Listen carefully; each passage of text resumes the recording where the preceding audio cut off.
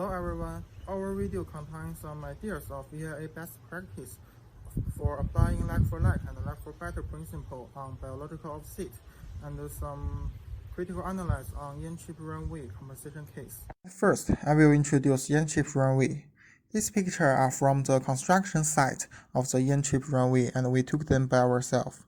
The red part is the place where the runway will be built, and the wasteland is the area that need to be offset. From that picture, the red part have a low biological value, so it will become the offset location. In offset, like-for-like is mean mitigate or protect affected ecosystem and species by establishing a new offset habitat with a low biological value and close to affected locations. Like-for-better is another concept of biological offset.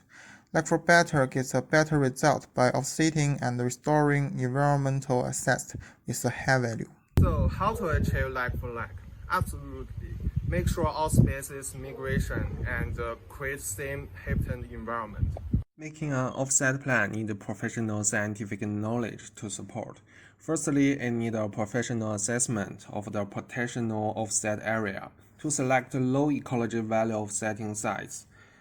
Another key point of assessment is to determine a sufficient mitigation amount to make sure species equivalence. Exception is better to focus on some important protected species. It follows the like-for-better principle and focuses on ecological resources with high environmental value. It can bring higher benefits. In YRE projects, they actually focus on key species. PTA hired an expert group to study the important protected species, Calyptrocys laterostris, and study their habitats vegetation. It's a sensible decision. It provides a reference for selecting offset locations and determines the amount of offset. Their calculation method of offset amount according to the Commonwealth Compensation Assessment Guidelines is reliable because it's a commonly used calculation method in Western Australia. In addition, in the EPA of Yan-chip railway station, the location of biodiversity offset has been questioned. Like-for-like principle, the location of biodiversity offset should be selected near the habitat.